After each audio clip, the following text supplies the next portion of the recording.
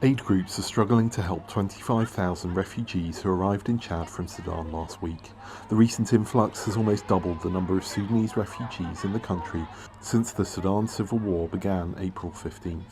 To reach the site of a camp housing the new arrivals, VOA flew from the capital, N'Djamena, and then drove 4 hours to the remote town of Borota on the Chad-Sudan border. Here, a settlement that didn't exist a week ago is now the size of a town.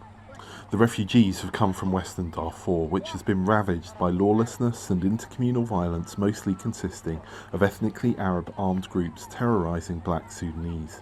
Sudan's conflict triggered the spate of violence. Refugee Khadija Arbeb Abdulrahman told VOA how it is she arrived at Borota. We're coming from Congo because of the fighting. There are a lot of terrorists there. That's why so many refugees have fled here. This is all I brought with me. We don't have anything else. We're here for food and security. Meanwhile, Isaac Bakar says he has been living in Borota since last week. He describes seeing a group of armed men raiding his hometown of Congo before he fled.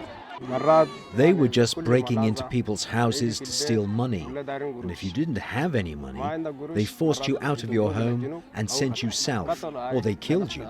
I saw them killing people. If I had owned a phone, I would have recorded it.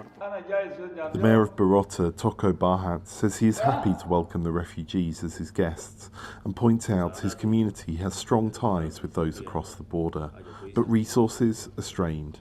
People need a lot of help here with food and especially water. Because of no rain, there is a scarcity of water. There are kids who need help and refugees who have no job. UNHCR is putting basic sanitation in place and bringing water, but warns there is still much to do. The need is great, and our support is minimized because of funding shortfall. We really calling for international community to support and continue to support to those new arrivals. Chad's rainy season starts this month. The deep gullies on the road to Borota will fill with water, making access for aid groups more difficult. Henry Wilkins for VOA News, Borota, Chad.